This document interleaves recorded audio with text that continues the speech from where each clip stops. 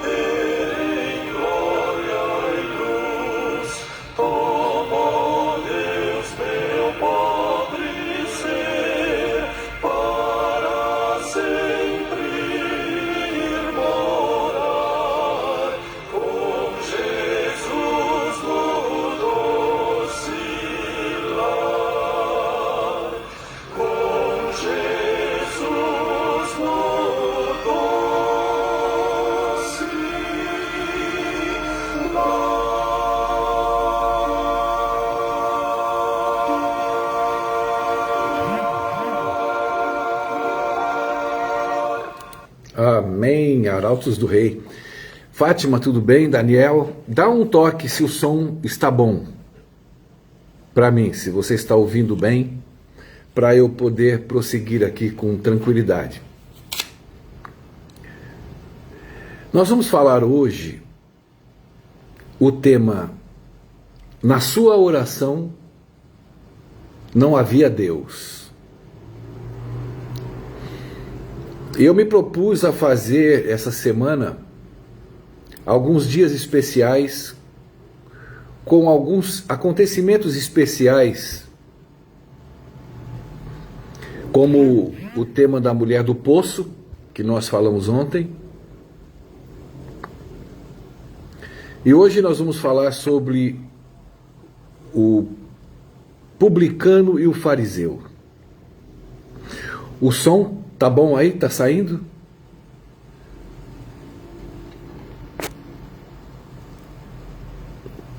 Eu só preciso de um toque.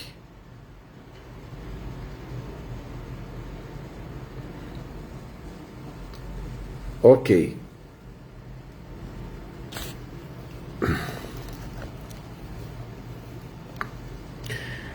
O livro de Lucas,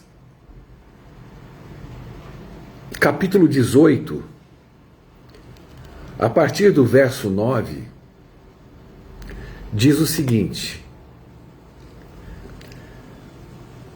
para alguns que se julgavam bons, estavam satisfeitos com a sua condição moral.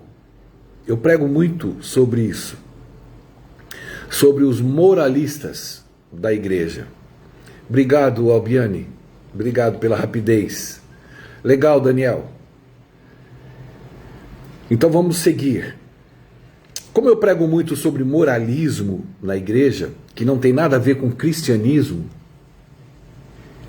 legalismo, que não tem nada a ver com cristianismo. Obrigado, Fátima. Esses textos que eu tenho iniciado desde ontem, mas eu prego sempre sobre a justificação pela fé e sobre a graça. Esses textos que eu venho trazendo para vocês, para nós, para nossa meditação, é de muita importância. Então, quando ele diz aqui que as pessoas estavam satisfeitas com a sua condição moral e olhavam de nariz empinado para o povo simples, Jesus contou as seguintes histórias. 2 homens foram ao templo para orar. Um fariseu e um cobrador de impostos. O fariseu, cheio de si, orava para si, dizendo: ó Deus, eu te sou grato por não ser como esse bando de ladrões, trambiqueiros, adúlteros, ou como esse cobrador de impostos. Você está percebendo a loucura da falta de evangelho no coração das pessoas? O grande perigo do verdadeiro evangelho e do moralismo. E as pessoas misturam. Elas trazem dentro de si o moral, dentro de si o legalismo, para se justificarem perante Deus. Eu estou cansado de falar com pessoas, cansado, se autodefendendo como esse fariseu, de que elas guardam a lei, de que elas superam os mandamentos com a ajuda de Deus, ainda culpam a Deus. Boa noite, Leni. E ainda culpam a Deus. E como elas guardam, elas não pecam, porque quem tem o poder de Deus, e esse poder faz com que eu não peque, eu entro no mesmo estribo desse fariseu. E eu jejuo ainda 2 vezes por semana e dou dízimo de tudo que eu ganho. Isso é muito bom, o cara é muito bom. Esses crentes, eles são muito bons. Eles são pecadores, mas não são pecadeiros. Na concepção deles. Porque o pecadeiro é o pobre do cobrador de impostos. Mas como ele confessa que é pecador, mas ele é um pecador diferenciado perante os olhos dele. Ele é um pecador que ele se acha superior, como diz aqui o texto, que andavam e olhavam de nariz empinado ao povo simples. E Jesus estava mostrando com amor, mas com verdade, para ele e para nós hoje como igreja. Como nós que pensamos que somos um povo salvos e guardadores de alguma coisa. Eu não entendo de onde tiram. E tem pessoas que discutem comigo eternamente que elas são obedientes a Deus. Outras ainda dizem, olha, eu não sou muito obediente, mas eu procuro ser obediente. Usam da justiça própria, olhando e orando de si para si. Sempre encontrando nelas condições favoráveis para Deus. Como se Deus estivesse preocupado com esse formato de religiosidade e de moralismo. E era isso que Jesus vinha explicando para essas pessoas. Mas na oração desse homem não havia Deus. Ali existia um homem indo para a igreja, que para ele era um tribunal de justiça, do justo orando para Deus. E que a casa de Deus, para ele, era a condenação do pecador. Você está entendendo a profundidade do cristianismo? Boa noite, Iraci. Então, o templo virou uma casa de condenação. Com os seus ritos, com seus manuais, e ela está pronta para observar, com o radar aos pecadores, para poder punir, para poder denegrir a imagem do pobre coitado que entrou na casa. E enquanto isso, disse Jesus, o cobrador de impostos, de cabeça baixa, ele não tinha condições de olhar para o templo, ele não tinha condições de olhar para o púlpito, e ele escolhe um canto qualquer e com a mão no rosto, ele não ousava olhar para cima e dizia, Deus tenha misericórdia, perdoa este pecador, Senhor. E é o que eu tenho mais dificuldades de encontrar na igreja, são pecadores, porque eles não são pecadeiros, porque eles são guardadores, porque eles são obedientes, porque eles guardam a lei, porque eles guardam mandamentos, porque eles têm a Deus e Deus lhe dá poder para fazer tudo isso. Com coisa que Deus está no céu e falando, poxa vida, cara, você é o cara. E Jesus diz tão suavemente, porque aquele homem, ele buscava naquela igreja, porque ele sabia que ali era a casa de misericórdia. O que é misericórdia? É ter misericórdia de um miserável. Miserável homem que sou, quem poderá me livrar esse corpo da morte? Ele encontra naquela casa de oração, a casa que o justifica pela graça. É muito lindo isso. E aí você encontra os fariseus dizendo que você tem que se arrepender. Se auto-justificam. E eles esquecem que o arrependimento não vem de nós, pecadores, que é um dom de Deus. Todos os homens que se arrependeram na Bíblia Sagrada, eles se arrependeram porque o Espírito estava sobre eles, trazendo para eles o arrependimento. E que o confessar pecado não é a lógica de Deus, porque Deus diz assim: se confessardes o pecado, em João, se confessardes, Ele é justo e fiel para te perdoar. Ele não está mandando confessar. Deus não cobra de você o arrependimento do pecado, mas sim do pecador que você é.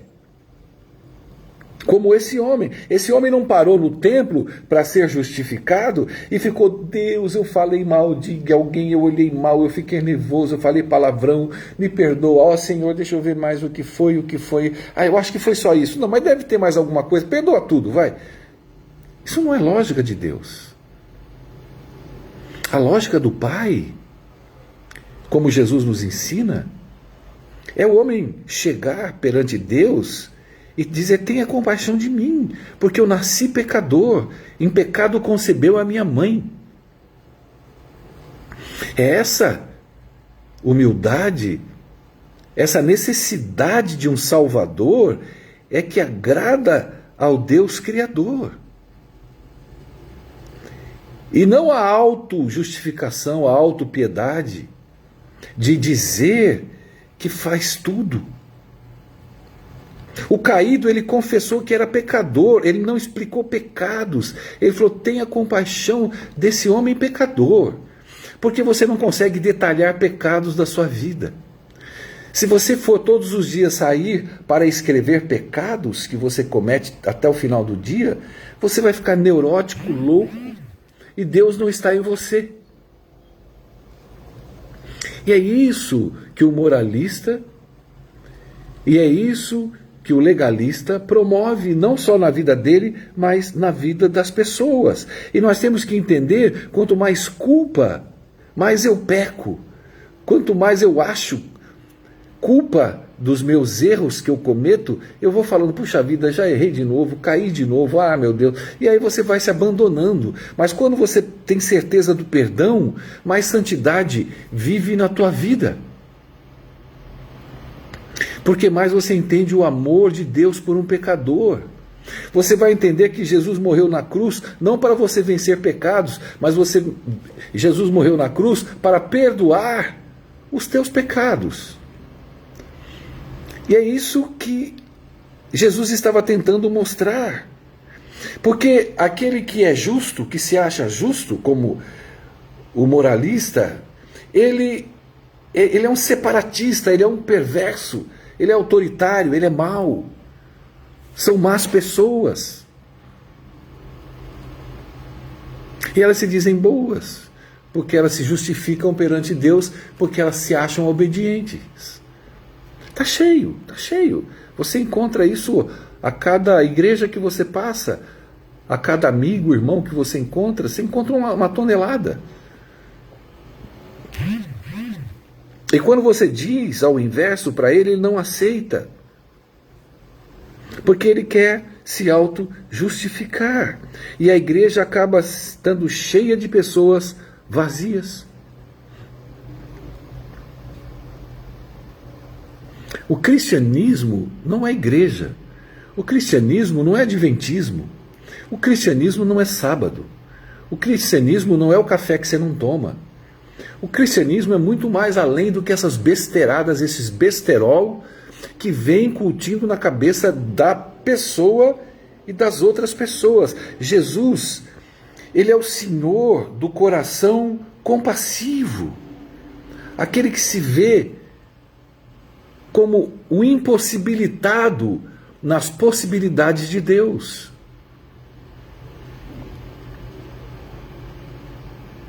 Mas não. As pessoas estão voltando, se justificando o tempo todo, uma superioridade narcisista. Algo que carregam para impressionar a Deus, como se Jesus se impressionasse com a sua performance, com a minha performance. Oh Deus, eu prego todos os dias e converto muitas almas. Oh Deus, o dinheirinho que eu tenho, que eu junto, eu fico ajudando as pessoas. Ouve a minha oração. Oh Deus, eu sou estudioso da sua palavra e faço o teu ritual e estudo a liçãozinha da escolinha sabatina. Onde está a lógica em tudo isso? Não há justificativa perante o Rei do Universo. Não há justificativa para orar de si para si. Se olhando na sua bondade, na igreja que você segue, serve, nas leis que você pensa que guarda, mas você não se vê como pecador. E aquele homem de justiça própria continuou voltando ao templo com seus rituais, voltando morto ao templo o tempo todo. E a igreja é a igreja. É viver uma igreja. É não ser nada, não fazer diferença, porque não se vê pecador, não se vê necessitado, não encontra deficiências na sua vida, mas olha a igreja como um tribunal de justiça, como uma casa para condenar pecadores, o tempo todo de olho nas pessoas, o tempo todo querendo saber quem fez ou deixou de fazer, o tempo inteiro. Uma vida sem vida. Ah, mas eu tenho os pilares da igreja. Pilar de quê? Não vai sobrar uma porcaria de um templo. O Senhor diz que vai perder igreja com pastor, com obreiro, é tudo para o inferno, com chave e tudo. O que você está se apegando em igreja, em rituais, em ritualismo, em fazer tudo certinho, achando que pode se manifestar para Deus praticando atos de justiça? É hora de acordarmos. É hora de sacudidura. É a hora que o Espírito Santo está sendo derramado poderosamente na sua igreja, enquanto você faz ritual de escola sabatina, ritual de entrar no púlpito, sair do púlpito, subir no púlpito, descer no púlpito, devolver o dízimo, sair, fazer a musiquinha, anunciar não sei o quê, fazer as mesmas ladainhas de sempre, e dizendo: Senhor, eu não sou igual ao bispo Macedo, Senhor, eu não sou igual ao homem do chapéu. Paulo Gustavo, se ele não se arrependeu e morreu viado, ó Deus, foi para o inferno. É assim. É assim que segue a suposta igreja de Deus. Igreja de Deus é individualismo, é você e Deus. É a tua vida com Deus e o amor com o próximo. Você não adora a Deus estudando escola sabatina. Você não adora a Deus tendo cargo na igreja. Você não adora a Deus participando daquela letargia que você chama de liturgia. Sentada no púlpito 40 minutos para nada, versus nada, e sai da igreja e vai embora. Mas Jesus diz: aquele que foi justificado para casa foi aquele que não conseguia se enquadrar na igreja. E que batia no peito e falava: Pai, meu Deus do céu, o que eu posso fazer, Senhor? Eu quero te amar, te servir, mas eu não valho nada. É essa visão que falta em nós. Não é a visão de obediência, que é podre, nojenta para Deus. É trapo de imundícia. E toda essa liturgia barata, que não sai do saleiro, é sal dentro do saleiro e que se torna insípido, podre, e será jogado para ser pisado. Porque você não saiu do saleiro, você não foi salgar a terra, salgar os alimentos, penetrar nos alimentos como o sal penetra, dar vida em abundância e adorar a Deus no próximo. Chorar com os que choram, sorrir com os que sorriem, ouvir com quem precisa, partilhar com quem tem necessidade. Isso é cristianismo. Mas optam pelo saleiro. Carregam o templo como a segurança das suas vidas. E era isso que Jesus estava falando para os templários, para os homens de templos, de rituais, homens de dízimos, ofertas, jejuns, homens que não roubavam, não matavam, guardavam os mandamentos.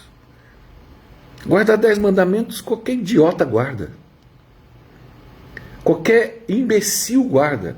Se eu pregar 10 mandamentos e pegar 10 pessoas e falar, olha, eu quero todo mundo guardando esses 10 mandamentos, os 10 guardam. Não te leva a Deus. Não agrada a Deus. Mas quando você vê o ser humano que você é, que eu sou, e se apresenta perante a Deus com toda a humildade, com toda a carência, com toda a impossibilidade, para que Deus coloque as possibilidades dele em você, ele te justifica. E a partir desse momento, ninguém está indo na igreja, eu não estou indo. Mas eu sou justo para Deus. Por que eu sou justo para Deus? Porque eu sei a porcaria que eu sou. Eu não sou justo para Deus porque eu prego, porque ajudo o pobre. Não. Porque quando eu faço qualquer ato, esse ato é o Espírito que habita em mim quem faz. Eu, por mim, não faço e não faria nada. Mas Deus me vê como um justo, porque na minha frente está a cruz de Cristo, o sangue de Cristo. É Ele que me justifica.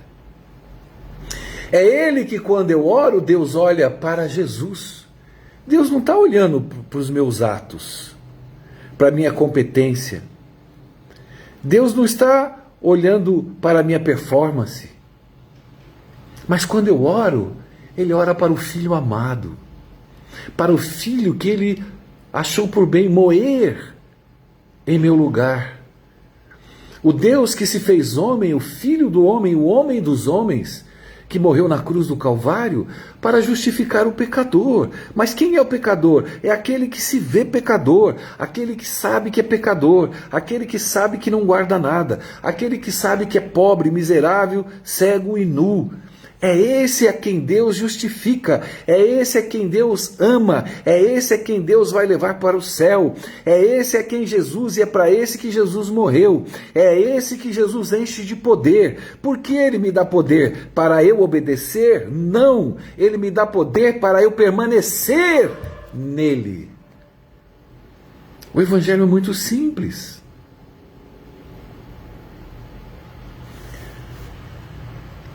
Ele não me dá poder para ser Deus. Ele não me dá poder para ser obediente como Jesus fez, como muitos pregam. Jesus disse que sereis iguais a mim. Ou seja, guardarão, porque eu vos dou poder para fazer coisas maiores. Qual o poder que Ele me dá? Ele dá o poder para quebrantar o meu coração, para eu me confessar como pecador perante Ele, para que Ele possa habitar, porque Ele diz para mim, guarda os teus mandamentos e vinde a mim. Mentira, Ele nunca mandou guardar mandamentos. Os mandamentos que Ele manda guardar é amar ao próximo como a ti mesmo, é amar uns aos outros como eu vos amei. E Ele pede, dai-me o teu coração. E é nesse momento que eu vou habitar no seu coração. E quando Ele habita no meu coração, Ele coloca o caráter dele em mim. Eu sou uma nova criatura. Eu não sou um novo Sherry, mas eu sou uma nova criatura que é Cristo Jesus, a quem eu sirvo, me entrego E Ele me usa como um instrumento seu para promover as ações dele, o fruto dele, o fruto do Espírito, os frutos de Jesus. E quando eu promovo isso, eu me entrego ao próximo em amor, caridade, bondade. E nesse momento Deus é adorado. Só nesse momento Deus é adorado. Deus não é adorado. Glória, glória, aleluia. Irmãos, vamos cantar 10 hinos para adorar a Deus. Deus não está nem aí para os teus hinos. É ruim, né? Agora abandona a igreja lá no sábado, larga. Você viu um cara caído lá, olha que loucura o que é cristianismo. O cara está caído lá na porta da igreja aberta, um cara jogado, você nem sabe o que aconteceu com ele. Está todo mundo louvando, cantando, glória a Deus, aleluia, escola sabatina, pastor para tudo quanto é lado, ancião, presbítero, dízimo, louvor, ele está tudo comendo. Larga tudo. Atravesse a rua. Se ajoelhe ao lado daquela pessoa. Levante em teus braços e pergunta o nome dela e o que está acontecendo com ela. Ela vai relatar. Aí você a toma pelos braços e seja o que Deus quiser. Você está entendendo o que é adorar a Deus? O ser humano não quer. Os caras querem ouvir conversinha fiada. Se eu começar a fazer as minhas lives, como tantas aí acontece, nos coaching evangélicos, estariam lotadas as minhas lives. Mas eu não quero agradar homens, eu quero agradar a Deus. Eu quero que Deus me use para pregar as suas verdades, a sua palavra e aquilo que nós precisamos, que a igreja precisa. Quantos vão ouvir, cabe a Deus direcionar. Quantos vão aceitar, cabe ao Espírito Santo direcionar. Cabe a mim fazer o que os apóstolos fizeram, o que Paulo fez, o que os homens de Deus fizeram, os que são justificados porque são pecadores e se entregaram no intuito de Deus me salvar e salvar aos meus amigos, irmãos e aqueles que eu conheço e não conheço. Quando nós descobrirmos o caminho, a verdade e a vida, nós não fugiremos dessa palavra. Nós viveremos essa palavra.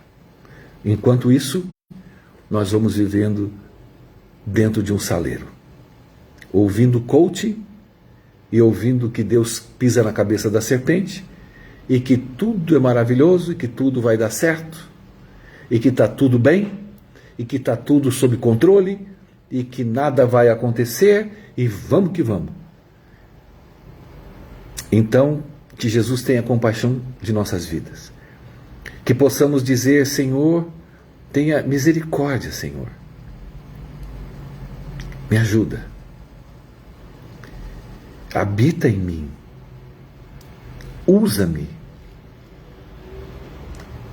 Para que o seu caráter faça parte da minha vida, no meu dia a dia, para que eu possa honrar e glorificar o teu santo nome.